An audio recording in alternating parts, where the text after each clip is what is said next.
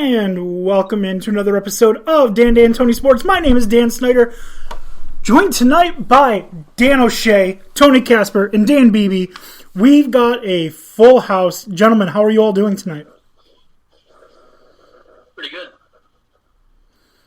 All right. Oh, that's good to hear. It's good to hear. Tony, how are you? Great. All right. So, we're going to talk Part 3 of our Draftermath series. Again, thank you to Jay Sannon for the name for the episodes. Draftermath, I don't know why I didn't think of it, but that's why Jay is the sports genius and I'm just a sports podcaster. Part 3 is AFC and NFC West, and to continue the way we've been doing it, we'll go alphabetical order by team name, starting in the AFC. All right. Now, this is probably the best grouping of people that have been drafted. There isn't a team necessarily that I think is absolute shit drafting in these conferences, or divisions, excuse me. So I'm pretty pumped about that. So, with that being said, let's just get started right away with the AFC. First, we go alphabetical order. The Denver Broncos. The Broncos had what I think is one of the more interesting drafts, and by interesting, I do mean really fucking good. The Broncos drafted really fucking well, especially because they seem like they're going to stick behind Drew Lock as their quarterback, so they need to do whatever they can to make sure he is successful, that the team sets him up to succeed, because whether he does well or not is going to depend not on him, but on the team that they have built around him. And right now, the Broncos are not set up very well to succeed for Drew Lock. But the draft completely fucking changed that, in my opinion. Round 1, pick 15, Jerry Jeudy, wide receiver from Alabama. All right, you've got a fucking man who, if he could, probably would have been drafted right out of high school. Dude's a fucking phenomenal football player. Then the second round, what do? They just go out and get one of the more dynamic wide receivers from Penn State, KJ Hamler, with pick 46. And yeah, no, I mean, come on, the dude could catch, he could return kicks, he could return punts. No, that's true. Yeah. Then one of the surprising picks, but not bad surprising, round 3, pick 77, Michael Ojemudia from the corner from Iowa. They need help in the secondary, absolutely. Again, round 3, pick 83, Lloyd Cushenberry III, the center from LSU. Round 3, pick 95, McTelvin Agim, the defensive tackle from Arkansas. Ah, fuck this next one. Round 4, pick 118, Albert Okwuegbunam. I don't know how to say it. He's the fucking tight end, the big tight end from Missouri. Close enough. Can't say his name. Sorry. I know you're listening. I know you're listening to us right now, Albert. I am sorry. Here you go. Isn't he Drew Lock's former teammate? Yeah, he sure is. Yeah. That's important. It could be. It absolutely could be important. Then in the 5th round, pick 178, Justin Cernad, linebacker from Wake Forest. Pick 181 in round 6, Natane Muti, guard from Fresno State. Round 7, pick 252, Tyree Cleveland, wide receiver from Florida. And round 7, pick 254, Derek Tuska, defensive end from North Dakota State. All right, so I think it's clear what the objective was in the draft, and that was the passing game. Whether it was Drew Lock. Yeah, whether it was receiving or defending, they went out. First pick, Jerry Jeudy. How he fell to pick 15, I'm surprised. I know that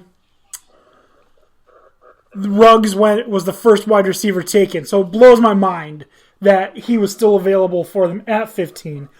All right, and then they go and get one of the speedier guys in the draft, KJ Hamler, in the second round. Another really good pick. Then you get to round 3, and they take Michael Ojemudia, the corner from Iowa. Awesome fucking pick. Underrated pick. I didn't expect them to take him, but if you're a Broncos fan, you should love him because he is fucking good. All right. Yeah, I saw some people being down on that pick, and I didn't really understand why because Iowa's secondary was really good. Fucking nasty. Part of it. Yeah, just a great draft. Yeah. Lloyd Cushenberry, the third center from LSU. They need a center. Okay, so what do? They go out and draft the fucking national champion winning center, who was a fucking monster. How he lasted to the third round, I don't know. I saw him as a second round prospect, but I'm not paid to grade these players apparently. Yeah, he could be the best center of the draft.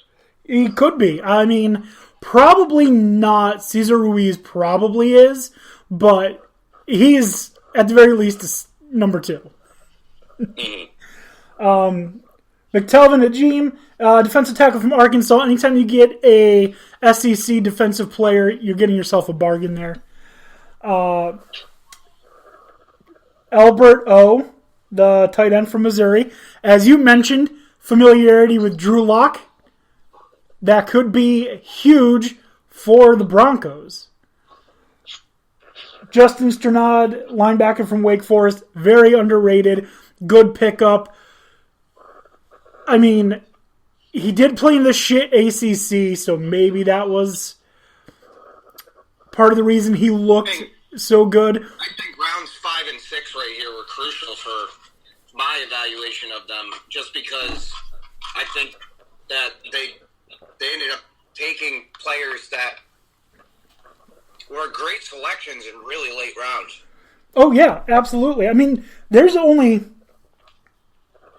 one pick on here that I don't agree with, and it's not that I disagree with it. It's just I don't know who he is. But Natane Muti, good guard from Fresno State. A lot of shit on these smaller school guys, but Fresno State is a really good school that has a lot of good players. I mean, that's where Derek Carr went, I believe. Maybe not. Regardless. The guard from Fresno State, Natane Moody, good pickup. Tyreek Cleveland, wide receiver from Florida. I mean, not a great pick, not a bad pick. And then, I mean, round 7s, they're, I don't know what to call them now since you don't like the term dart throws, but you're never really gonna get gold in round 7. It almost never happens. The most you can hope for is someone that is a role player, a second team type guy, and either of these guys could be that. I just don't know enough about Derek Tuska to really give an informed opinion. So that's on that's my bad for not doing the necessary. Oh my fucking God. Excuse me. It's my bad for not doing the necessary research, but even without knowing who he is, really good fucking draft for the Denver Broncos.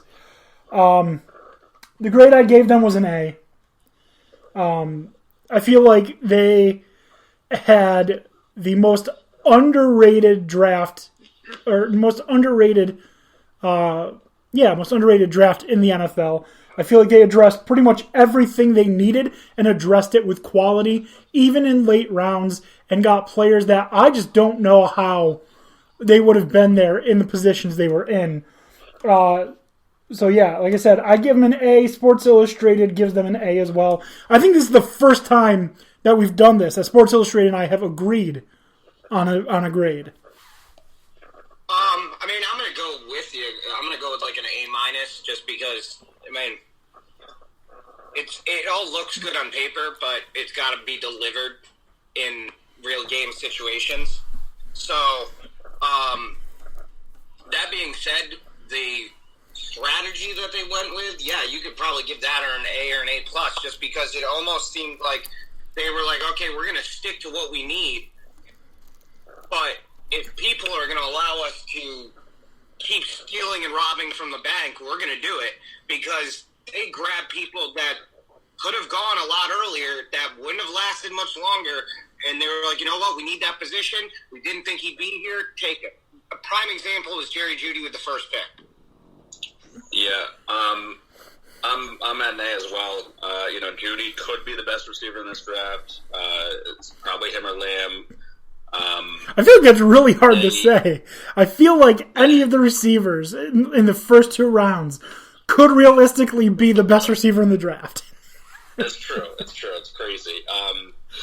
They gave Drew Lock every weapon and assistance he could have asked for in this draft. I think this is John Elway's best draft that I've seen from him.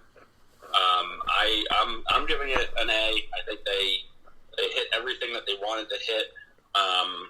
Nothing super risky. They let the draft come to them. Really, they let the guys fall, and they pulled the trigger at the right places.